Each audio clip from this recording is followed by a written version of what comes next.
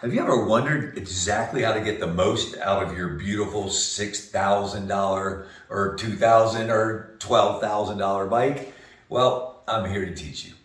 This is Gene Hamilton from Better Ride, and I want to get you riding at your best.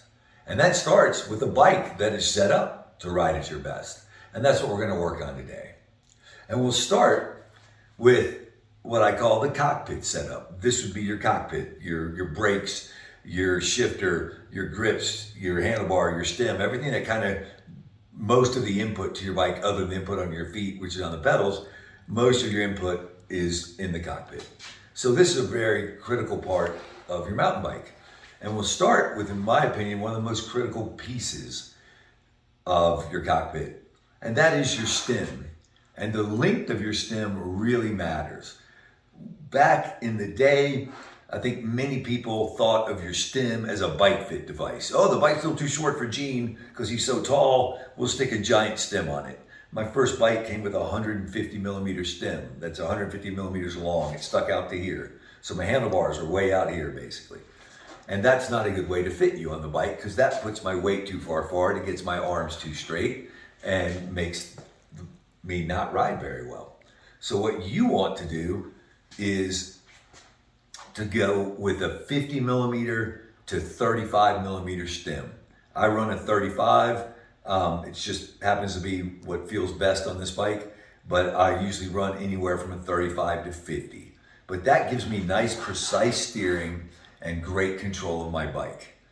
So you want a stem that's 50 to 35 millimeters long. It's going to give you the best bike handling. The next thing is handlebar width. So over the last 8 years or so, wider bars have become a big trend, and I don't think that it's a trend that's ever going to go away because they give us much more control. They give us leverage to fight the wheel being jerked right or left, and they make the bike ride more stable. So you do want wide bars, but the width is also important.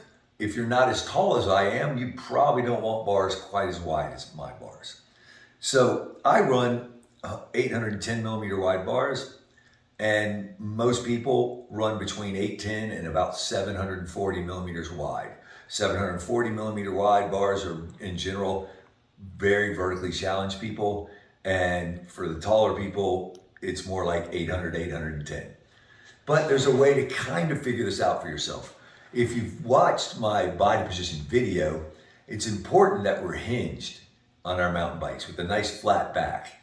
So you can just stand beside your bike and you can hinge, and your elbows, if you look at mine, or your forearms, when you're hinged in what I call about a half push-up position like I am now, my forearms, if you notice, are sloping away from my body. They're going out. If the bars were so wide that my forearms were sloping towards me, they're way too wide now, and I'm not going to have much shock absorption ability in my body.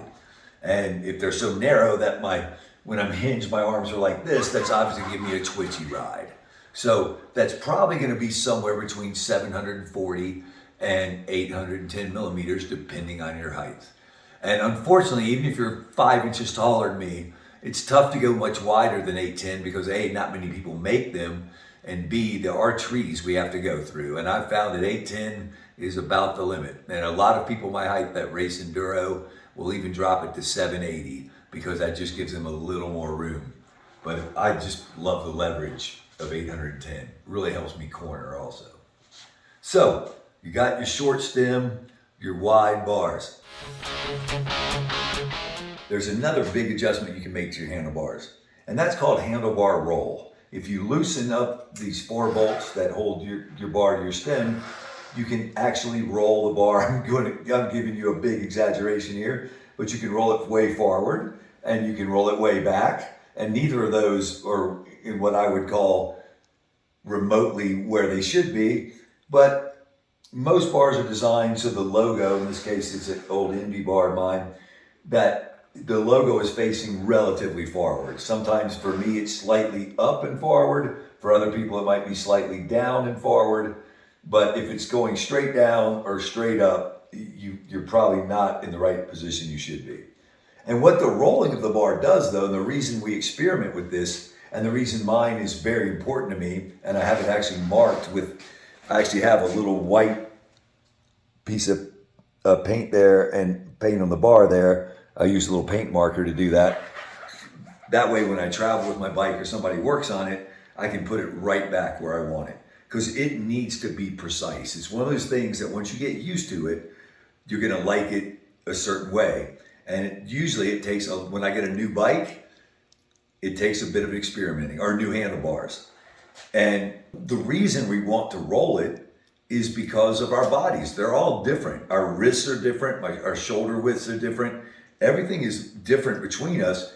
So we can roll it often just 1 millimeter more forward or 1 millimeter back, or for me, it's like even like 1/10 of a millimeter. And I'll notice it because it changes what's called the upsweep of the handlebar. The ends of our handlebars tend to go up a little bit. Some have no upsweep, some have just a little. These have just a little upsweep to them.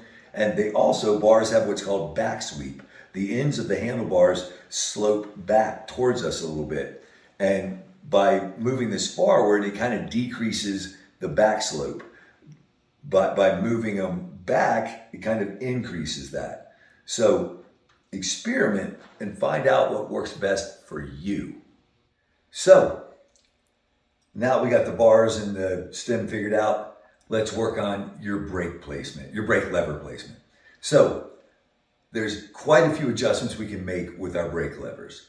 The first that I'm going to talk about is the reach of the lever. So if you have mid-priced like Shimano XT or above, or I forget what level of SRAM, there's an adjustment right here. And as you see, as I spin this dial, my lever itself moves closer to my grip. And as I spin it the other way, it moves away from my grip, right? And this can be really helpful. If you have short fingers, a lot of my shorter students tend to tell me they have to almost reach for their brake lever.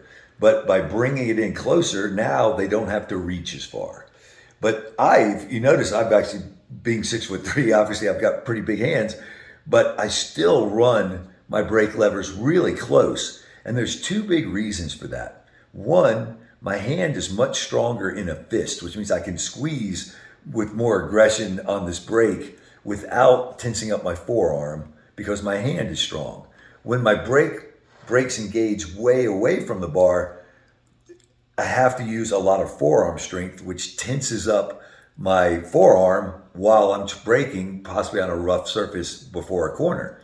So I have my brakes in also for modulation. I can modulate so much better when it's in here and it's a very minor adjustment with my hand than when it's a big, massive adjustment with my hand. When my brakes engage way away from a handlebar, they feel kind of like on-off levers, not like there's any modulation. So that's why I like to adjust my bars in. And again, on more expensive bikes, it's the little dial here, or more expensive brakes. On less expensive, there'll be an Allen wrench often right here, and you stick that Allen wrench in, and you turn the Allen wrench in either direction, you'll see that the lever moves in or out. Now we can adjust where they sit. So where they sit matters a lot. And if you think about it, we're only using these brakes in general going downhill, maybe on flat ground, but I'm trying everything I can, using every bit of effort I can to get up a hill. I don't usually brake going uphill. So we want to set them up so they're in a comfortable position when we're braking, so we don't get what's called arm pump, and it really helps. So what I've done over the years is I've raised mine up. See how I can raise it up? Now this to me is too much, but you'll see some motorcycle riders and many mountain bikers that came from a motorcycle background have their brakes almost like this. But for me, even when I'm descending and the bike is at this angle, that is too straight out for me. I'm still, if you notice, there's still a bend in my wrist right there. So for me, I have it, for me, I have it adjusted right there, and I'll tell you how I found that in a second. So in most descents, I have almost zero bend in my wrist. And that's gonna just make the bike feel, or not the bike, well, it's gonna make the bike and me have less fatigue in my arms and less arm pump, basically. So what happens to many people, and this was certainly me for, gosh, the first 10 years I rode a mountain bike, if not more, is my levers were almost straight down. And that feels awesome. When I'm climbing a steep hill, I can just rest my hands right here. But the problem is, as I mentioned, is when I'm on that descent, now I have to, I call it overgrip the bar, and look at that bend in my wrist. I'm really weak. This is bad for my wrist, and it creates a lot of arm pump. So I brought them up. And by bringing them up, it does make them actually, when I'm doing this and climbing, they're kind of in my hand's way. It's kind of annoying, but it's a trade-off. You know, I only use those brakes when I'm descending. So if they're a little bit annoying when I climb, too bad, the way I look at it. And again, I've got a little paint pen, and I made a mark on my lever and on my bar to line that up. So the third piece of adjustment we can make with our brake lever is, this is called a lever. So I want to squeeze at the end of my lever where I have the most leverage. So I want to set my bars up, or my brakes up, so when my hand is sitting at the end of the grip, right at the edge of my bar, I'm squeezing where I have the most power. If I had it further in, set this closer to my grip, I'd be squeezing right there. And I'm gonna have to squeeze about 4 times harder right there than right there to achieve the same braking force. So I have it set up, as you can see, a good 1.25 inches or more away from my grip. So I'm squeezing where I have the most power with 1 finger. Now your brakes may require 2 fingers, so if these required 2 fingers, I would move it in more. But my brakes are powerful enough that 1 finger is good. So the reason when I was talking about where to place the brakes, I was talking about having my hand at the edge of my grips, this is the safest way to ride, because my body knows how big a berth I need to get through those 2 trees. If I bring my hands in like this, my body thinks my berth is the width of my hands, but my bar is sticking out by almost 1 inch on both ends, and it's easy now to catch that bar on a rock or a tree that I'm trying to skirt by and yank that and make me crash. So you always want to ride the edge of your grips. And if it's not comfortable to do that, then maybe you need to cut your bars and bring them in a little bit, because you don't want to ride like this. It's actually quite dangerous. We want to be riding at the edge of our grips. So now we're going to leave the cockpit area. We've covered the main front of the cockpit, and now we'll talk about the rear of the cockpit. So the rear of the cockpit is basically our saddle height, our saddle tilt, and how far back we want to move our saddle. Now the interesting thing about mountain biking versus, say, road cycling is mountain biking is a very dynamic sport. I'm always shifting my weight forward, shifting my weight back, standing up for the descents, standing up even on a climb for a change in like a kink to get over a rock and to shift my weight. So it's tough to find an exact placement fore and aft for your seat, or saddle, which is quite common on a road bike, because on a road bike, you're going to be sitting in one position for possibly 5-6 hours. So the slightest error in that position can cause a lot of overuse injuries. Again, we're on a mountain bike. We're often standing, and as the hill steepens, it greatly affects where the nose of my saddle is in relation to my bottom bracket or my pedals. So I do a couple things to help me out with this. One is I tilt my seat a little bit nose down. And I do that because I was always taught, and my first couple mountain bikes came with the seat tilted back a little bit, or the front high. And I was taught by the bike shop people that that's so you slide back under the more comfortable part of the saddle. And they're definitely right about that. When I ride this bike on flat ground, which luckily I don't ride that much, but when I ride this bike on flat ground, it does feel like I'm doing a push-up. And as a matter of fact, on the way home from some of the bigger rides here in Moab, I ride most of the way home no-handed to take that weight off of my shoulders, because it is not comfortable. But fortunately, most of the rides I do start with a climb and finish with a descent. So, and there's not much flat on these climbs. And if you notice, the second I start climbing, my seat is now tilted back. And the reason I started nosing it down was so it wasn't drastically tilted back when I'm climbing. Because when it's drastically tilted back, it rotates my hips back. And now I can't hinge from my hips. I have to curl at the belly button. And just explaining this to you is causing me a lot of lower back strain right now. With my hips more tilted forward, then I can hinge like this. And hinging is so much better than for your back and more powerful than curling that back. So that's why my seat is nose down.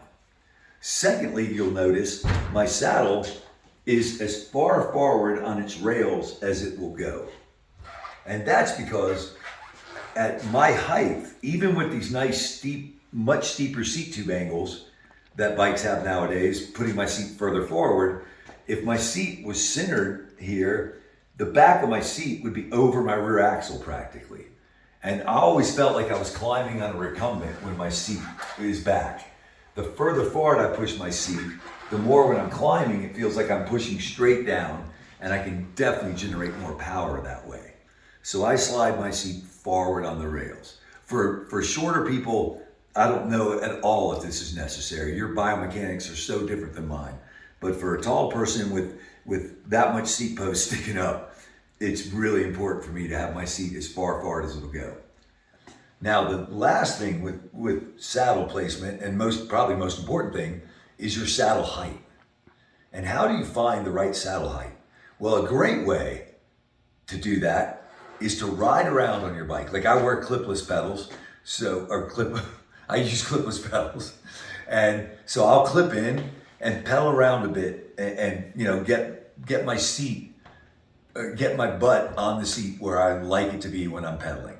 Then I'll unclip my feet and put my heels on the pedals. I'm gonna lower my seat so it's easier for me to demonstrate. But then while riding, I put my heels on the pedals and I want to back pedal.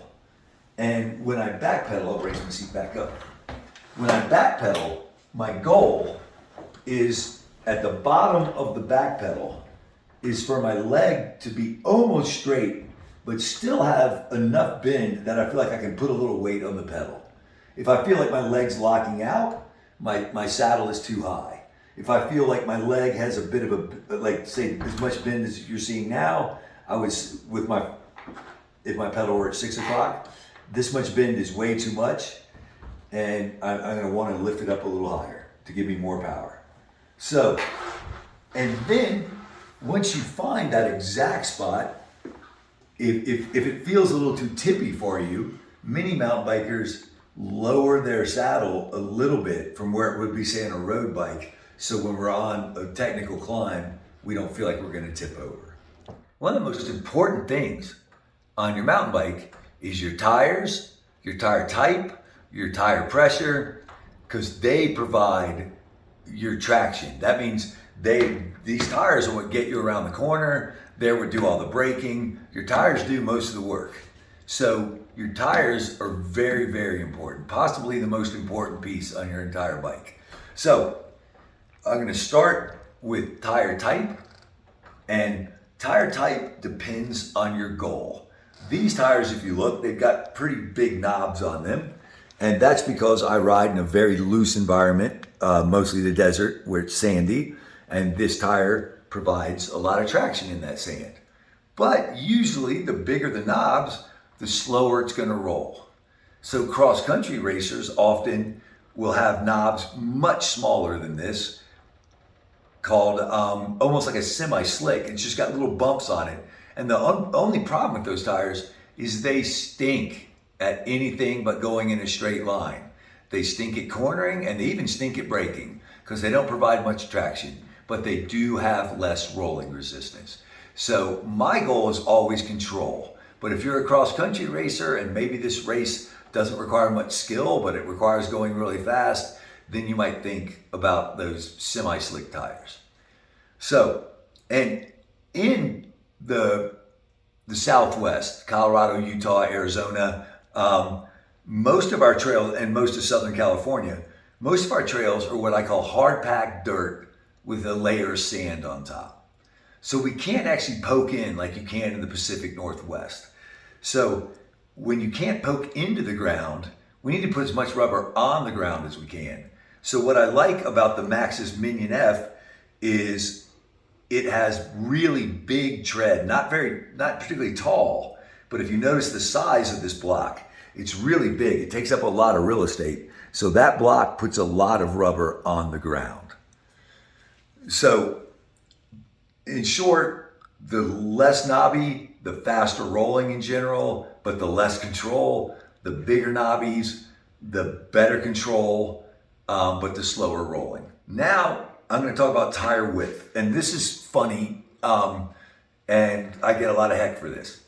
I run a 3-inch wide, 29 by 3.0 front tire. And there's a couple of huge reasons I do this. One is I just came back from my favorite bike shop, just did a lot of tuning up on it. Big shout out to Double Down Bike Shop here in Moab, but it's got a little more pressure than I normally run it, and I hadn't noticed because I haven't ridden it since I got it back. But I run 14 to 15 pounds of pressure. 15 would be its porcupine rim. It's full of rocks, and I'm going to go fast. 14 is rocky but slower terrain. And the reason I'm able to run that is look at the height of this sidewall. It is a massive tire. The outside diameter, look, it barely fits in my fork. The outside diameter of this tire is 30.5 inches. It's not a 29er. So this tire, A, being a 30.5er, it rolls over things easier. But B, with that big volume I'm talking about, it's hard to pinch flat this tire. So I can run 14 pounds of pressure. And that gives me an amazing amount of traction. But even more importantly for my old body, it is instant shock absorption of all the little rattly stuff on the trail, like small roots, small rocks. It just smooths everything out, giving me more control, more traction, and better compliance. So I'm a big fan of the fattest tires that'll fit on my bike. Well, up to about 3 inches. The 4-inch wide tires are great in the snow and deep sand, but they're not fun on most trails. So, and to go with a wide tire, you're gonna need a wide rim. This rim is a 40 mil internal width, 40 millimeter internal width. If you're gonna run like a 2.8, you can run a 35 internal width rim. So the rim and tires kind of go together with this. So I'm a big fan of wide tires. And then, in addition to tire width and tire tread pattern, there are so many different sidewalls. So I'm gonna go briefly with this. The sidewall is this right here. And there's different thicknesses in the sidewall. And the different thicknesses, the thicker it is, the heavier the tire, but also the less pressure you can run and the less likely you are to get what's called a pinch flat. So because this tire is so big, I run one of the weakest sidewalls Maxxis makes, which is their EXO casing. And then on the rear tire, because it's only a 2.6 or 2.5, I run the EXO. Actually, on this bike, I've got a double down. So with Maxxis tires, it goes EXO, EXO plus, and then double down, and then downhill. So their double down is their almost downhill tire, or kind of their enduro racing tire. So I run that because this tire does not have the volume that front tire had. So I have to run more pressure in the back and a stronger tire. And then once you figure out the sidewalls you want, Maxxis has a bunch of different rubber compounds. So if you notice, this says Max Terra, and that's the 3.0 only comes in a Max Terra, because I wish it'd come in a Max Grip, but I don't even know if it needs a Max Grip because it's so big, it gives me an amazing amount of traction. And then in the rear, which is usually going to have an X Terra because they roll faster and the rubber's a bit stiffer, I actually have a Max Grip. And the reason I have a Max Grip in the back is simply the supply chain issues. I ordered these tires last year and I couldn't get a Max Terra for the back. So unfortunately, this tire is going to wear out really quick and it's not going to roll very fast. But on all the off-camber rocks in Moab, this tire is going to grip like, amazingly well. I'm going to love how this tire grips. And then the next thing is, I mentioned the low tire pressure I run. You want to run the lowest pressure you can run without flatting your tires, dinging your rims, or having the tire squirm on the rim. That's when this hand is the rim, the tire moves beneath it like this. That's kind of scary when that happens. So it's going to be different for all of us. Our body weight matters, how smooth or rough we ride matters, the width of our rims matter, the sidewall matters. So, there's no formula that's going to work for everybody because I always weigh 185 pounds. But if I went to narrower front tire, I'm going to have to run more pressure. If I went to EXO casing instead of the double down casing, I would have to run more pressure. So there's not an exact formula. The only way you can find this out is to experiment. And you do that by slowly dropping your tire pressure until you hear a thunk or you get a flat. And then you're like, okay, that was too low. And then you add 1 pound, just 1 pound of pressure, 1 PSI above that. And hopefully that'll work. And if that doesn't work, you go up another pound. But that's how you find the right tire pressure. And if you run tubeless, which we should all be on tubeless by now. If you're not on tubeless, please go to your local bike shop, have them educate you about tubeless and put tubeless in. So, because tubeless allows us to run lower pressures. But if you do run tubeless or even tubed, you should check your tire pressure every time you go ride that bike. Those tires can bleed. And by that, I mean, you pump it up to whatever PSI you like, and 2 days later, it might be 5 pounds less. So I have a nice little digital pump here that was given me for Christmas years ago. And I love this thing because it gives me to within 1 pound of how much my tires have in them. Now I'm going to teach you how to set up your suspension. So, first thing we do when we want to set our suspension up is we get our suspension warmed up and the oil flowing through our suspension. So we ride it around the parking lot, bounce up and down, like yank the wheel in the air, not like a normal manual, but just yank it up, slam it down, slam the back, get that oil flowing, get the oil warmed up. Then we're going to check the sag of our suspension.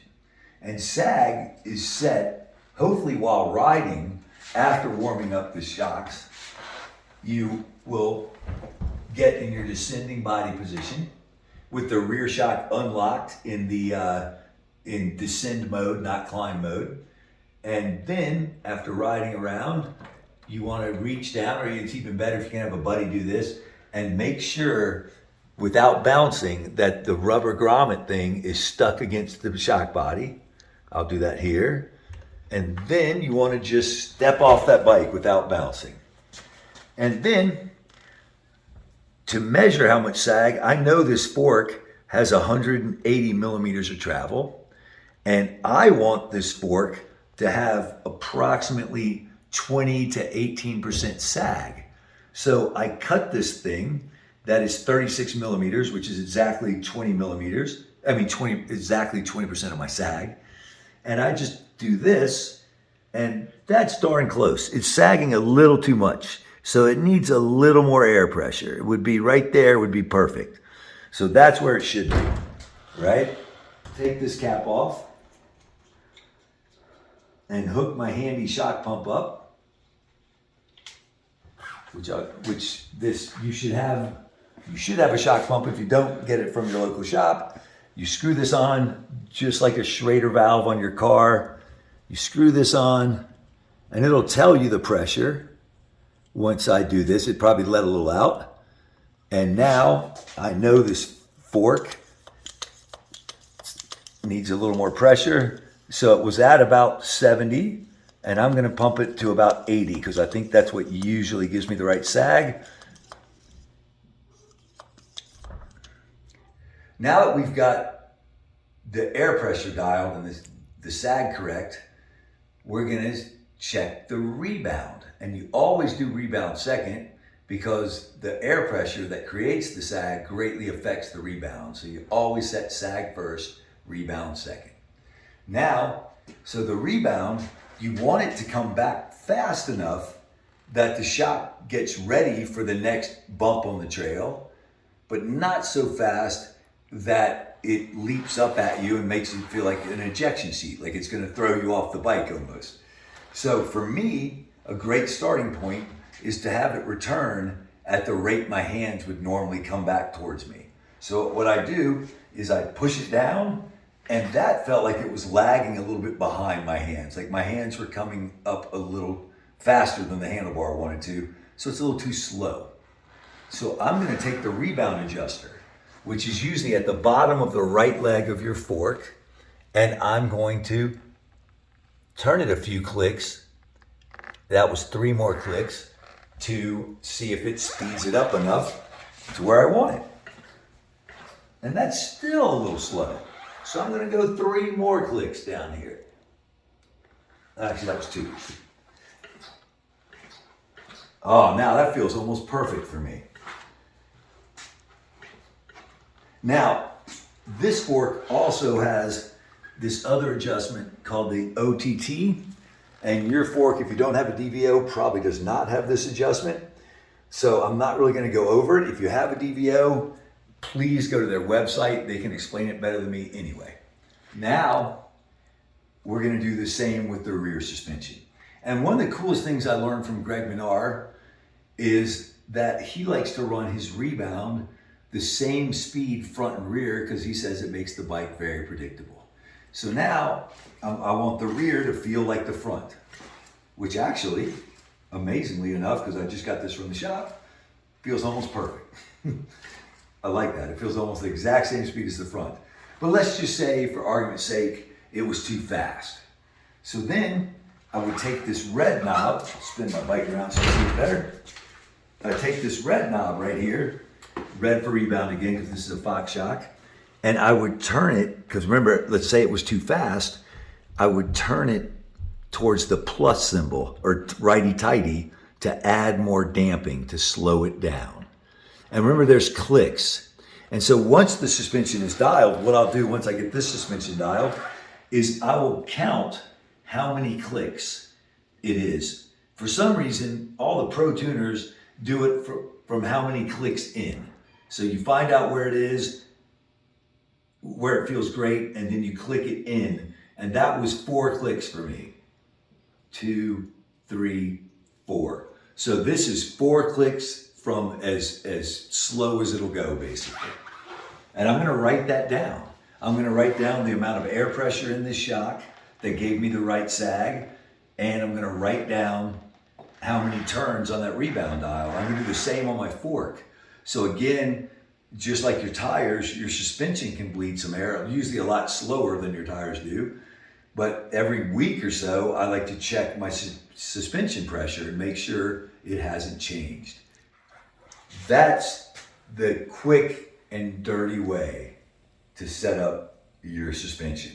And in general, unless you're one of the top riders in the world, if it's within the ballpark, it's you that needs to learn to ride that bike. And what I mean by that is, I'll have students say, you know, the rear of my bike feels too stiff or too soft or whatnot. And I'm like, but the sag's perfect.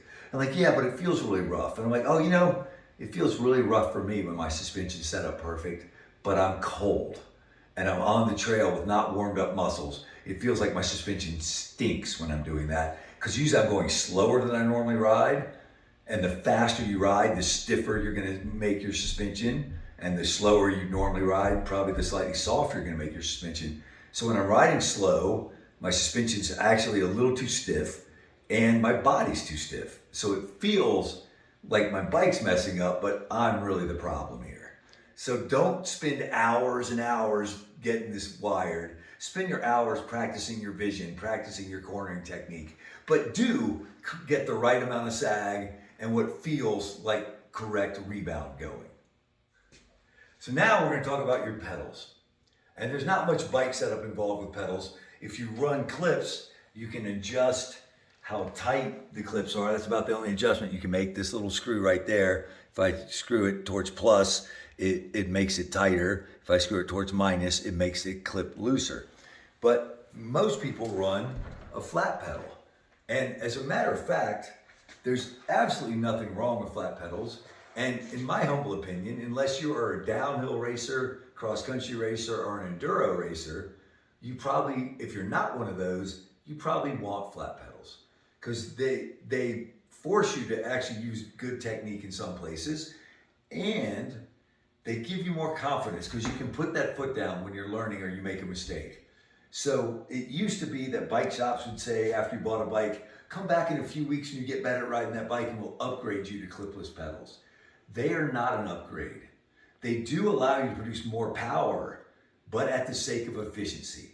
The reason I'm clipped in is, although I don't really race anymore, I like to go fast on really rough sections of trail, and clipless pedals really help my feet stay on the pedals. But if you're not a super aggressive rider, or you're pretty aggressive, but your plan is not to be a racer, just get a good pair of flat pedals like these and some 510 shoes or the new Specialized flat shoes, Ride Concept. Find a good shoe made for mountain biking with nice sticky rubber and a protective toe box and run flat pedals. They're, for 99% of mountain bikers, they're a better thing than being clipped in.